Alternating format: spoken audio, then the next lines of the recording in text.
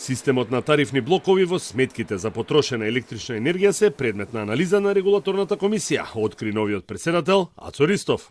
До прецизирање на законите за да се отвори патот кон европскиот пазар за македонските компании кои произведуваат струја од обновливи извори е еден од приоритетите на комисијата.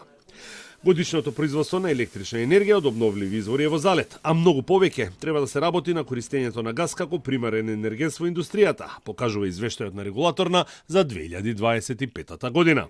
Системот на 4 тарифни блокови во сметките за струја е неправичен, смета регулаторот Ристов. Неправичност е што иста енергија се плаќа по различна цена. Значи се другото е социјална категорија која што треба исто да се согласува со државата. Инаку не може да постои 5 цени за иста и производ. Значи може да е укинување. Не рекол дека е можно укинување, ќе се разгледат искуствата од примената на овој систем, па ќе видиме, ќе направиме анализа. За сега нема прецизно решение кој би ги издавал сертификатите што треба да ги добијат македонските компании за производство на струја од обновливи извори за да може да ја продаваат на европскиот пазар.